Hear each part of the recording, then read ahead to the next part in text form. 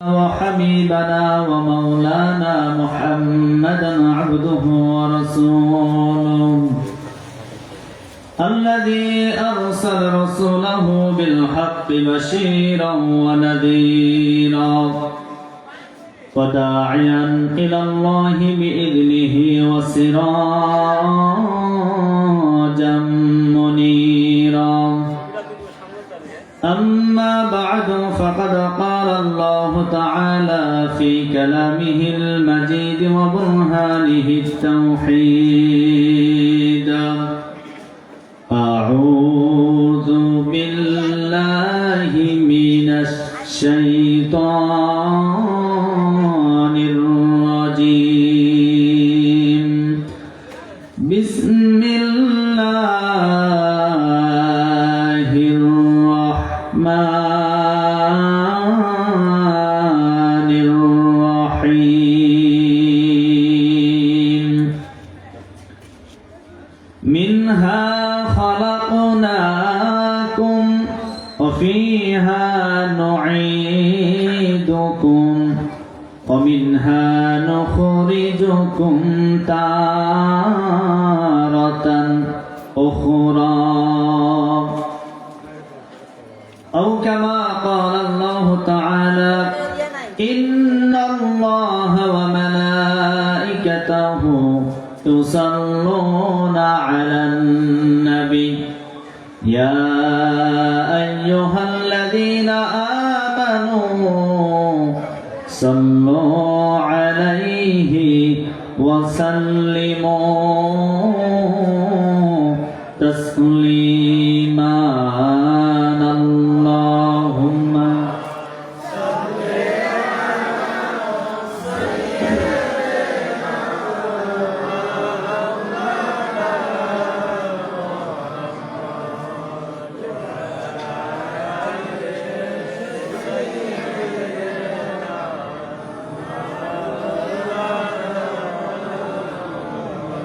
নবীজির মহব্বত ভালোবাসা আমাদের সকলের কলিজার ভিতরে আছে না নাই? কম না বেশি? এজন্য মহব্বতে পড়ে আল্লাহুম্মা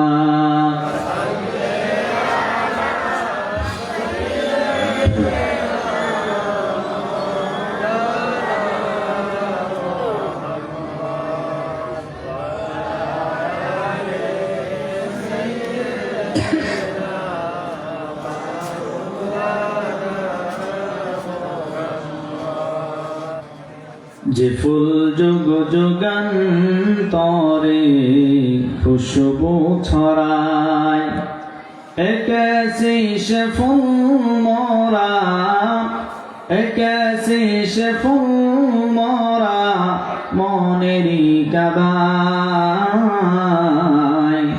যে ফুল যুগ যুগান্তরে খুশবু ছড়ায় বেলা গেল ওলা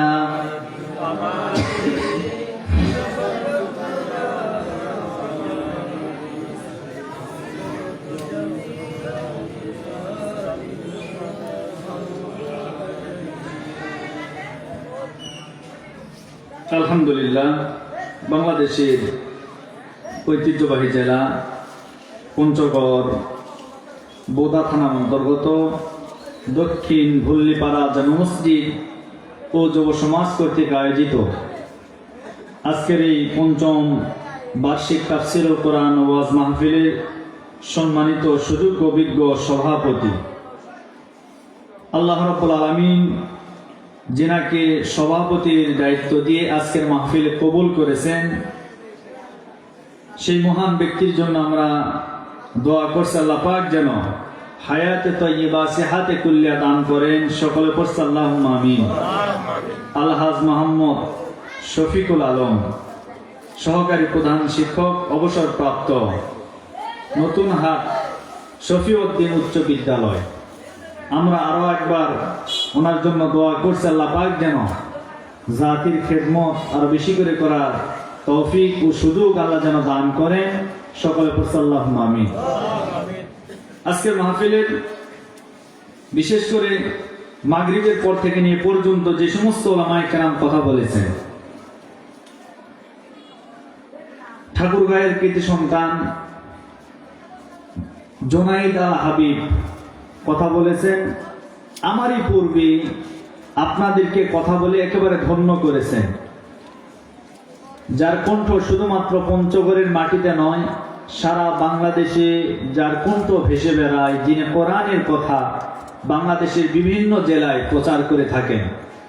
আমার একান্ত বন্ধুবর্গ, খুব কাছের মানুষ, মাওলানা এম আবু সাইদ, আল্লাহ পাক ভাইয়ের জন্য দোয়া করছে হায়াতে তয়্যিবা সিহাতে কুল্লিয়া সহ সারা পৃথিবীময় তার কণ্ঠকে যেন আরো বেশি করে প্রচার করা আল্লাহ সুযোগ যেন দান করেন। সকলে পড়ছে আল্লাহুম্মা আমিন। আরো একটু আওয়াজ দিয়ে পড়েন। আচ্ছা, রাত বেশি হওয়াতে আপনারা মনে হয় রাগ করেছেন, ক্লান্ত হয়ে গেছেন, একটু তাকবীর দেন, লিল্লাহি তাকবীর। সম্মানিত ভাইরা আমার, রাত যত গভীর হয় আল্লাহর তত রহমতের দরজা আরো উন্মুক্ত হয়। এই জন্য রাত যত গভীর হবে আল্লাহর নেক বান্দারা আল্লাহকে তত বেশি স্মরণ করবে। মনে করেন 1 বছর পরে, আজকে তো আমি আজকের এই মাহফিল দিয়ে 3 বছর আপনাদের এখানে, আলহামদুলিল্লাহ। এই 3টি বছর যাওয়া আসার মাঝে আমরা এমনও হয়েছে যারা আমাদের মাহফিল শুনেছে প্রথম বছরে, এবছর তারা নাই। এমনও হয়েছে গত বছর যারা ছিল এবছর তারা নাই। এমন হতে পারে আগামী বছর মাহফিল হবে, কিন্তু আমিও থাকতে পারবো না, আপনিও পারবেন না, এই গ্যারান্টি আমাদের আছে? কথা বলেন। এই জন্য আজকের মাহফিলটা মনে করেন আমাদের জীবনের শেষ মাহফিল। আগামী বছর ধরতে পারবো কিনা এই গ্যারান্টি নিয়ে আমরা এখানে কেউ বসি নাই। যদি সেটাই হয়ে থাকে তাহলে আমি মনে করব আখিরি মোনাজাত, শেষ মোনাজাত, আল্লাহর দরবারে আমরা হাত তুলে দোয়া করে আল্লাহর কাছ থেকে মাফ নিয়ে আজকের মাহফিল থেকে বিদায় নিয়ে যাব ইনশাআল্লাহ। পড়েন, যত রাত হয় কি কথা বলেন না কেন, থাকবেন তো ইনশাআল্লাহ? আচ্ছা, যাবেন কারা কারা হাত তোলেন তো দেখি। ওই যে এক ভাই চলে যাবে, মানে বুঝে চলে নেয় নাকি? আচ্ছা, শেষ পর্যন্ত থাকবেন কারা কারা হাত তোলেন, একটু আল্লাহকে দেখান। লিল্লাহি তাকবীর, লিল্লাহি তাকবীর। আমি শুনেছি আজকের মাহফিলে পুরুষের চাইতে মহিলারা দ্বিগুণ হয়েছে, এমনকি প্যান্ডেলে জায়গা হচ্ছে না। তা আমি বলি ওনাদের জায়গা হবে কোথায়? কারণ বর্তমান সমাজের ভিতরে সবচাইতে মা বোনেরা রাগ করিয়েন না, মন খারাপ করিয়েন না, যেহেতু আজকে পরিবর্তন হওয়ার জন্য আমরা বসেছি। এজন্য বলতেছি যে অধিকাংশ ক্ষেত্রে দেখা যায় সমাজে মারামারি, গন্ডগোল, এরপরে সংসারে অশান্তি, মা বাবা সন্তানের সাথে বিচ্ছেদ, এই সব কিছু নারী কেন্দ্রিক। কথা বললেন না? আপনাদের এলাকায় মনে হয় এরকম হয় না? এরকম হয়? তা আওয়াজ দিয়ে বলেন হয়। এজন্য মা বোনেরা বসেছেন, মা বোনদের সম্পর্কেও কিছু হেদায়েতি মূলক বক্তব্য দেওয়া দরকার। কি ঠিক আছে না? সব পিছনে আজকে আলহামদুলিল্লাহ আমরা জীবনকে পরিবর্তনের জন্য আজকে আমি কথা বলবো, আপনারাও শুনবেন। আমি মনে করি আমার হতে পারে এই বছর এই জায়গার মাহফিল দিয়ে শেষ, আর জীবনে কোনোদিন আসতে পারবো কিনা আমি জানি না। এই নিয়ত করে এখানে বসেছি, কোরআনকে সাক্ষী রেখে বলতেছি, বাবাজিরা, মুরব্বীরা, আমার যুবক ভাইরা, চোখের সামনে কত মৃত্যু, চোখের সামনে কত লাশ আমরা দেখতেছি। মনে হয় যে না জানি ওই লাশটা যদি আমি হই, আমার জীবনের সব কিছু নিভে যাবে, এক নিমিষেই সব শেষ হয়ে যাবে। অতএব আমরা আজকে আখিরি মোনাজাত করে এখান থেকে বিদায় নিয়ে যাব। আল্লাহ যেন আমাদের সকলকে কবুল করেন। আরো জোরে বলেন দলমত নির্বিশেষে আমরা মহান আল্লাহ পাকের দরবারে শুকরিয়া আদায় করি, যিনি আমাদেরকে আজকের মাহফিলে কবুল করেছেন। এজন্য পড়ছি আলহামদুলিল্লাহ। নবীজির প্রতি দরুদ ও সালাম সকলে পড়ছে সাল্লাল্লাহু আলাইহি ওয়াসাল্লাম। আলোচনার শুরুতে আমি আপনাদেরকে একটি কথা বলি, সেটি হলো যে আপনারা যদি আমাকে আওয়াজ দেন তাহলে আমার আলোচনা বাড়বে, কমবে না। তবে আপনারা যদি ঝিমিয়ে পড়েন আমিও কিন্তু ঝিমিয়ে যাব, আমার আলোচনা বের হবে না। এই জন্য আমি কথা বলবো যতক্ষণ, আপনাদেরকে আওয়াজ দিতে বলবো যতক্ষণ, আপনারা আওয়াজ দিবেন ততক্ষণ। কি পারবেন না? আল্লাহ কবুল করুন। মাহফিলের বর্তমান আমাদের সমাজের ভিতরে 3 শ্রেণীর মানুষ আছে। জোরে বলেন, কয় শ্রেণী? 1 নাম্বার শ্রেণী হলো তারা এই পৃথিবীর জমিনে যারা ইমানদার। আমরা যারা আজকের এই মাহফিলে এসেছি, আমরা সকলে কিন্তু ইমানদার হওয়ার জন্য আজকে মাহফিলে এসেছি। ইমানদার যদি আমরা না হতাম আজকের মাহফিলে আমরা আসতাম না। ইমানদার কারা? আর ইমানদারদের স্থান কোথায় হবে? রব্বুল আলামিন বলেন, ওয়াবাশশিরিল্লাযীনা আমানু ওয়া আমিলুর রিজকু মিনহা মিন সামারাতির রিজকান ক্বালু হাযাল্লাযী রুজিকনা মিন ক্বাবল ওয়া উতু বিহি মুতাশাবিহা ওয়া লাহুম ফিহা আজওয়াজুম মুতাহহারাতুন ওয়া হুম ফিহা খালিদুন।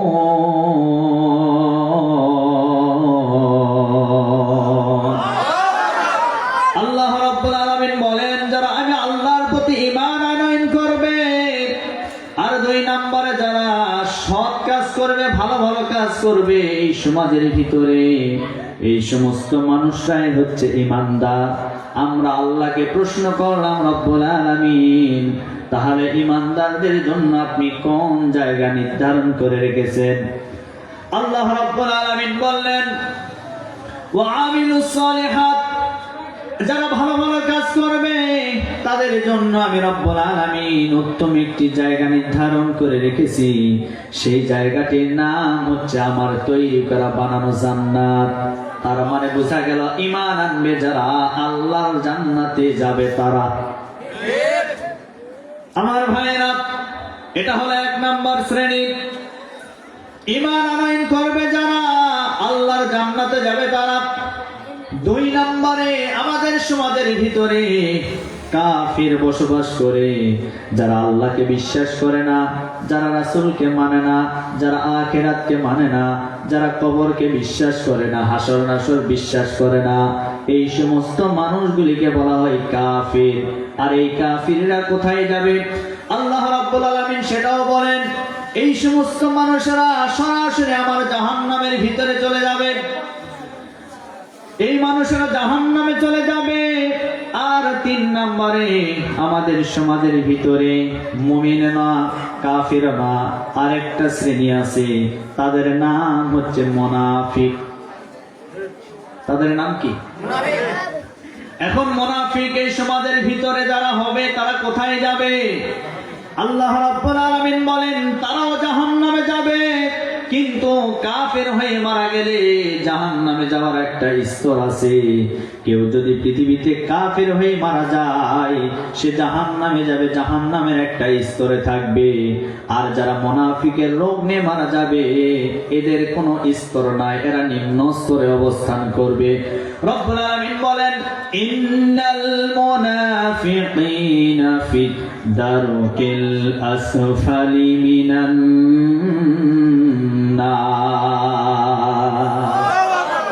আল্লাহ বলেন, যারা মুনাফিকের রোগ নিয়ে মারা যাবে, এরা জাহান্নামের নিম্ন স্তরে অবস্থান করবে।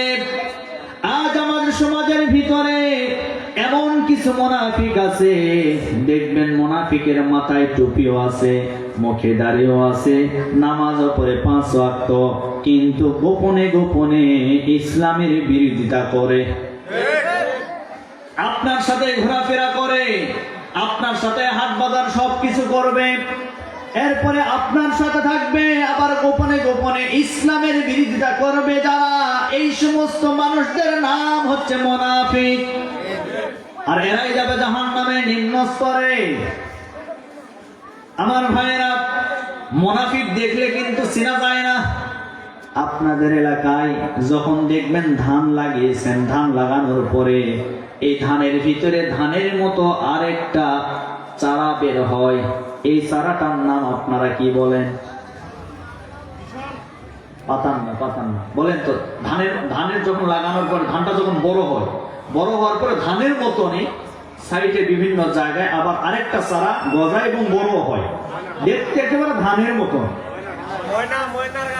ময়নার গাছ। আমরা বলি আমাদের এলাকায় জয়পুরহাটে বলে জোয়ান কানা। কি বলেন তো?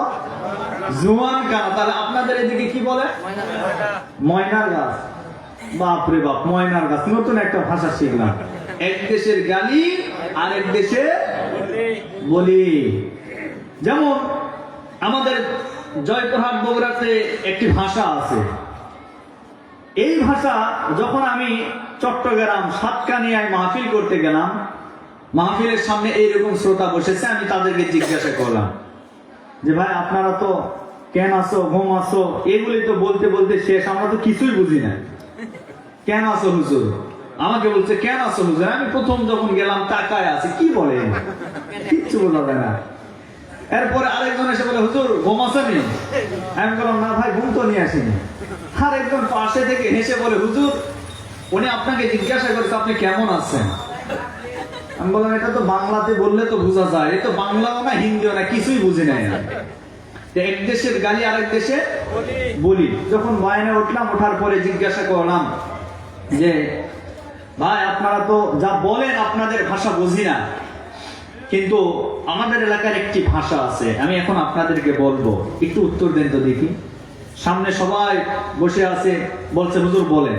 আমি বললাম আমাদের একটি ভাষা হলো আলুতে আলু অক্কালি আলু। এখন এটার অর্থ কি? এটার অর্থ হচ্ছে যে তুমি আসলে আরেকজনকে সাথে নিয়ে আসলে কেন? কি আপনারা বুঝেন না? ওই দেশের লোকেরা, ওদেরকে যখন বললাম যে ভাই অর্থ বলেন, ওরা বলে হুজুর আমরা জানি হুজুর, এটা আমরা পারবো, বলেন। তখন তারা বলল যে আপনার জয়পুরহাট বগুড়াতে আলু বেশি হয়, এই জন্য আলুর কিছু একটা হবে। আচ্ছা বলেন তো আলুর কিছু? এটার অর্থ হলো তুমি আসলে আরেকজনকে সাথে করে নিয়ে আসলে কেন? এই জন্য এক দেশের গালি আরেক দেশে বলি। আমরা বললাম জোয়ান কানা, আপনারা বললেন ময়নার মা না ময়নার বাপ নাকি? আচ্ছা ময়নার মা ময়নার বাপ বলে আমাদের এলাকায় আমরা বুঝি কোনো বাচ্চার মা, কোনো বাচ্চার বাবা। তো যাই হোক, এই জোয়ান কানা এইটা দেখবেন ধানের সঙ্গে কিন্তু বড় হয়। যখন কামলারা ঘাস নিরানোর জন্য, ঘাস তোলার জন্য যখন জমিতে চলে যায়, আমরাও ছোটবেলায় বাবার সঙ্গে যখন জমিতে ঘাস নিরানোর জন্য গিয়েছিলাম, আমরা ছোট্ট মানুষ, ওই জিনিসটা দেখার পরে মনে হয়েছে এটা মনে হয় ধান, কিন্তু ধানের মতো দেখলে কি হবে? ওইটা তো আসলে ধান নয়, ওইটার নাম জোয়ান কানা। আমার ভাইয়েরা, ধানের মতো দেখলে কি হবে? ওইটা যদি ধান না হয়, আপনি লক্ষ্য করে দেখবেন ওইটা জমিতে রাখার কারণে আপনার আসল ধানকেও কিন্তু চেনা যায় না। আর আমার সমাজের ভিতরে এমন কিছু দাড়ি টুপিওয়ালা মুনাফিক বের হয়েছে, যাদের কারণে আসল মুমিনদেরকেও এখন আর চেনা যায় না। এদের কাছ থেকে সাবধান হয়ে থাকবে। মুনাফিকরা কিন্তু সিজনাল নামাজি হয়। এরা দেখবেন সিজন টাইমে নামাজ ধরে, যখন রমজান মাস আসে বাপরে বাপ, মাথায় টুপি, পরনে জুব্বা, এরপরে কাদের উপরে যায় নামাজ, মনে হয় আল্লাহর জিবরাইলের খালাতো ভাই জান্নাত থেকে পালিয়ে এসেছে। আপনাদের এলাকায় এইরকম আছে না নাই? আচ্ছা আছে। বাপরে বাপ, রমজান মাসে ও সারা বছর খবর নাই, রমজান মাসে সামনের কাতারের মুসল্লি। ওই মুনাফিকদের কারণে 5 ওয়াক্ত নামাজিরাও সিরিয়াল পায় না সামনের কাতার। এদের থেকে সাবধান থাকবেন, এরাই সিজনাল নামাজি। এরপর আরেকটা নামাজি আছে, এরাও মুনাফিক।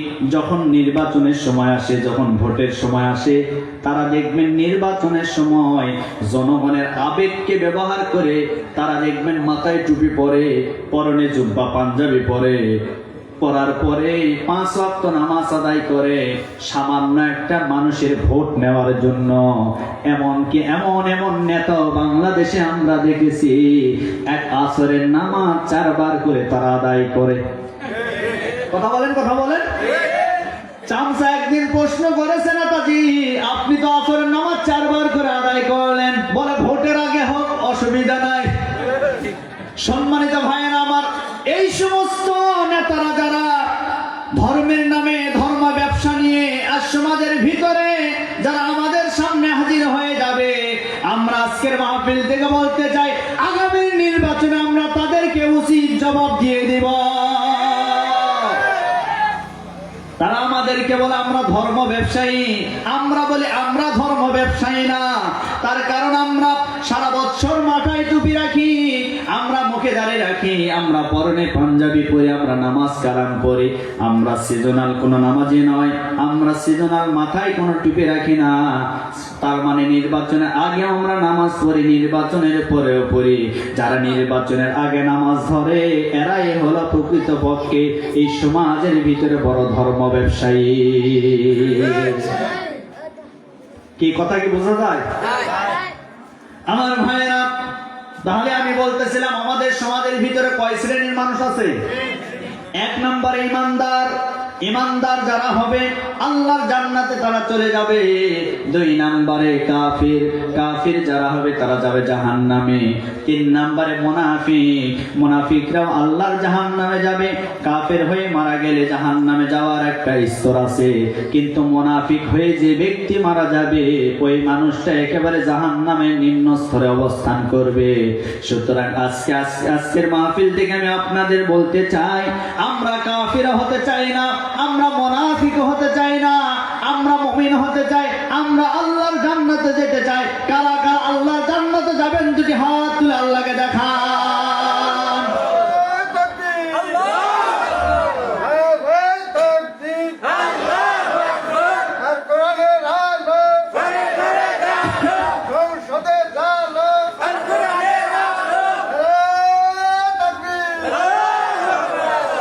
সম্মানিত ভাই আমার, আপনারা যদি সুযোগ দেন আমি আলোচনা শুরু করব।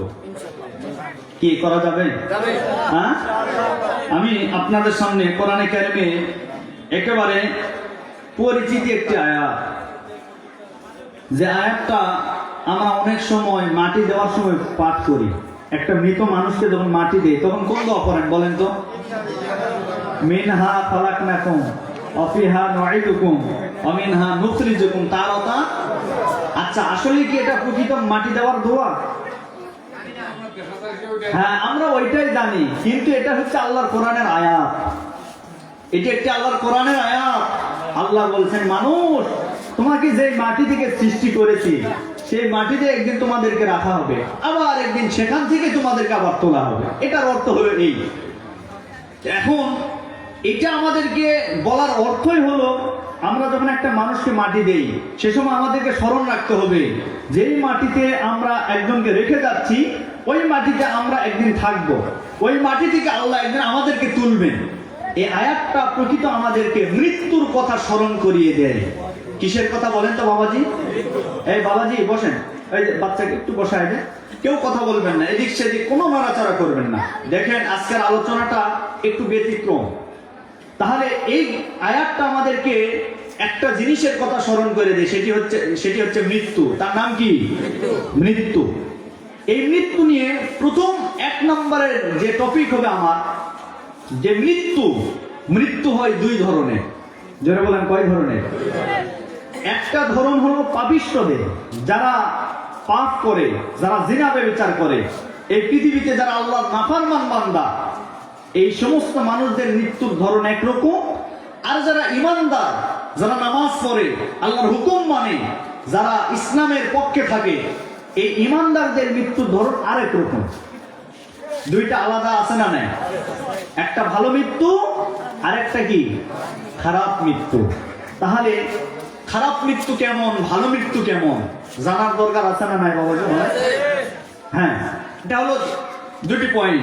আরেকটি পয়েন্ট হচ্ছে যে এই পৃথিবীতে যে সমস্ত মানুষেরা ভালো মৃত্যু বরণ করেছে আপনি জানবেন কিভাবে? তার একটা আলামত আছে। মোটামুটি 6টা আলামত যদি আপনি দেখেন যে এই মানুষটা এই আলামতের ভিতরে পড়ে গেছে, তাহলে আপনি বুঝবেন এই মানুষটার মৃত্যু ভালো হয়েছে। সুবহানাল্লাহ। এরপরে পরে মৃত্যুর আগে আপনি কোন কোন আমল করলে আপনার মৃত্যুটা ভালো হবে, কোন আমল করলে আপনার মৃত্যু ভালো হবে, সে আমলগুলিও আমি আপনাদেরকে বলবো ইনশাআল্লাহ। মোটামুটি 6টা আমল যদি আপনি করতে পারেন তাহলে আশা করা যায় আপনার মৃত্যুটা ভালো হবে ইনশাআল্লাহ। এর ভিতরে আমাদের মা বোনদের আলোচনাও আছে। আমরা নারী পুরুষ সকলে মিলে আবাল বৃদ্ধ বনিতা সকলের জন্য আজকের আলোচনা। তাহলে আজকের প্রথম নাম্বার আলোচনা হলো এই পৃথিবীতে যারা পাপিষ্ট, যারা পাপ করে তাদের মৃত্যুর ধরন কেমন। আসেন আমরা সেই দিকে চলে যাই। এই পৃথিবীর জমিনে যারা পাপিষ্ট হবে, যারা পাপ করতে করতে পাপের ভিতরে নিমজ্জিত হয়ে গেছে, যাদের অন্তরটা একেবারে পাপ করতে করতে কালিমা পড়ে গেছে, এই সমস্ত মানুষদের মৃত্যুটা খুব ভয়ঙ্কর ভাবে হবে। এই পৃথিবীর জমিনে যারা আল্লাহর নাফরমান বান্দা, যারা নামাজ আদায় করে না, যারা রমজান মাসে রোজা রাখে না, যারা আল্লাহর হুকুম মানে না, যারা গরিব অসহায় দরিদ্রদেরকে খেতে দেয় না, এই সমস্ত মানুষদের মৃত্যুটা ভয়ঙ্কর রূপ ধারণ করবে। হাদিসের ভিতরে এসেছে এই সমস্ত পাপিষ্ঠদের কাছে আল্লাহর ফেরেশতা আজরাইল আলাইহিস সালাতু ওয়াস সালাম যখন চলে আসবে, আসার পরে আজরাইল ফেরেশতা সর্বপ্রথম তার মাথার নিকটে বসে যাবে। মাথার নিকটে যখন বসবে, মাথার নিকটে বসার পরে এই পাপিষ্ঠ বান্দাকে, এই পাপিষ্ঠ বান্দার দেহ থেকে, এই দেহ থেকে আত্মাটা বের হতে বলবেন, বের হতে চাইবে না। এমনকি আমার ভাইরা, এই পাপিষ্ঠ বান্দাকে বিভিন্ন সময় বলা হবে আজকে তোমার মৃত্যু তুমি নিজেই ঘটায় ফেলো। এমনকি এই পাপিষ্ঠ বান্দার মৃত্যুর সময় যখন চলে আসবে, মৃত্যু যখন ঘটে যাবে, তার পূর্ব মুহূর্তে আজরাইল ফেরেশতাকে সে দেখতে পারবে। আজরাইলের পা থাকবে জমিনে আর মাথা থাকবে আসমানে। এমন একটা ভয়ঙ্কর রূপ ধারণ করে তার সামনে যখন চলে আসবে, আসার পরে সে ভয়ে চিৎকার মারতে থাকবে। তার চিৎকারগুলি কেউ শুনতে পারবে না, তার চিৎকারগুলি কেউ বুঝতেও পারবে না। এমনকি আল্লাহর ফেরেশতারা এসে তার যে রূহ আছে সেই রূহের উপরে মারতে থাকবে, আযাব দিতে থাকবে। মারতে মারতে তার নিজের জীবনের ভিতর থেকে রূহটা বের করবেন। কোরআনে কারীমের 8 নম্বর সূরা সূরাতুল আনফালের 80 নম্বর 50 নম্বর আয়াতে রব্বুল আলামিন বলেন, ওয়ালাউ তারা إذ يتوفى الذين كفروا الملائكة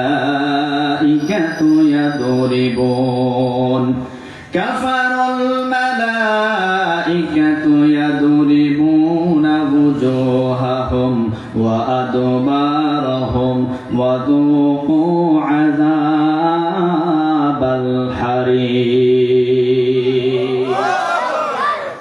আজরাইল ফেরেশতা এসে সুন্দর করে বলেন, ওয়ালাউ তারা ইযিল যালিমুনা ফি গামারাতিল মাউতি ওয়াল মালাইকাতু বাসিতু আইদিয়াহুম আখরিজু আনফুসাকুম। জোরে বলেন আল্লাহু আকবার। ফেরেশতা আজরাইল তখন তাকে ডাক দিয়ে বলবেন, এই নাফরমান বান্দা, এই গাদ্দার বান্দা, আজকে তোর জীবনটা আমি কবজ করতে চাই না, তোকে আমি মৃত্যু ঘটাতে চাই না, বরং তোর জীবনটা তুই নিজের হাতে তোর দেহ থেকে বের করে আমার হাতে দিয়ে দে।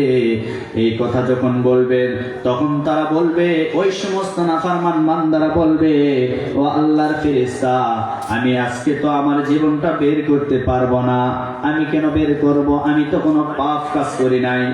ওই নাফরমান বান্দা তখন বলবেন, আল্লাযীনা তাতাওয়াফফাহুমুল মালাইকাতু যালিমি আনফুসাহুম ফাআলকুস সালামা মা কুন্না না'মাল। জোরে বলে আল্লাহু আকবার। ওই নাফরমান বান্দা তখন বলবেন, কেন? আমি তো কোনো পাপ কাজ করি নাই, আমি তো দুনিয়াতে ভালো ভালো কাজ করেছিলাম। আমার ভাইরা, ওই সময় বলেন তো ফেরেশতা কি তার কথা শুনবে? আরো জোরে বলেন, ফেরেশতা তার কোনো কথা শুনবে না। মৃত্যুর সময় সে অসহায় হয়ে যাবে, মৃত্যুর সময় অসহায় হয়ে পড়বে। আল্লাহ রাব্বুল আলামিন বলেন সূরা কিয়ামার ভিতরে, কাল্লা ইযা বালাগাতিত তারাকিয়া ওয়া কিলা মান রাক ওয়া যান্না আন্নাহুল ফিরাক ওয়াল তাফাতিস সাকু বিস-সাক ইলা রাব্বিকা ইয়াওমা ইযিনিল মাসাক। কাল্লা ইযা বালাগাতিত তারাকিয়া, কখনোই নয়, যখন মৃত্যু তাদের গলা পর্যন্ত চলে আসবে।